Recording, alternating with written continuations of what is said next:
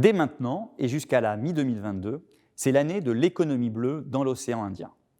La France préside pour 1 an la Commission de l'océan Indien et a choisi, parmi ses priorités, le développement économique durable des activités liées au littoral et aux océans.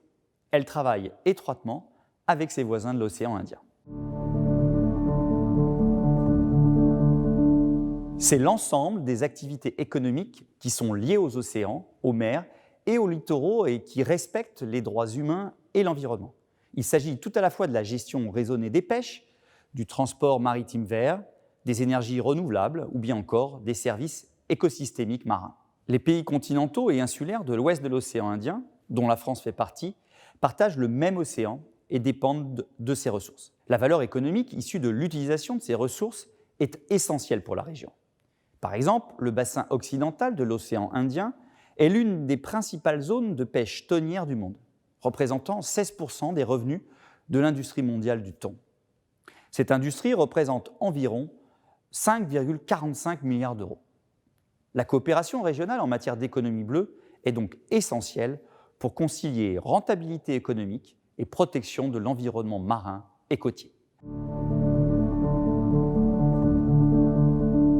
La France préside cette année la Commission de l'océan Indien.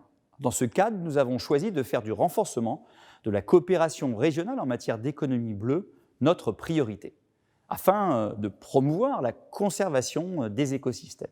Nous souhaitons poursuivre avec tous nos partenaires les efforts engagés par la Commission de l'océan Indien, en particulier la mise en œuvre du plan d'action régional en matière d'économie bleue adopté en mai dernier.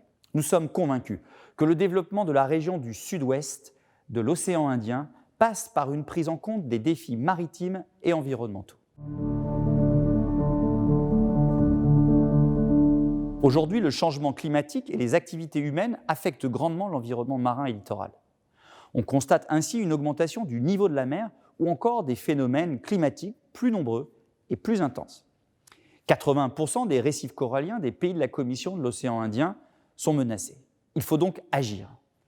L'engagement régional en faveur d'une économie bleue nous permettra d'envisager un avenir commun, prospère, inclusif et stable. La France est pleinement mobilisée pour assurer la protection et la préservation des espaces marins et littoraux. À travers l'Agence française de développement, nous agissons concrètement aux côtés des pays de la Commission de l'océan Indien pour réduire la dégradation du littoral, par exemple, renforcer la résilience des zones côtières face aux conséquences du changement climatique, pour lutter contre la pollution plastique des milieux marins, pour financer aussi les projets tels que le parc national marin de Mohéli aux Comores ou l'Observatoire de l'eau à Maurice. En complément de cet engagement, qui représente 18 millions d'euros, la France finance également un projet d'appui à la société civile d'environ 600 000 euros.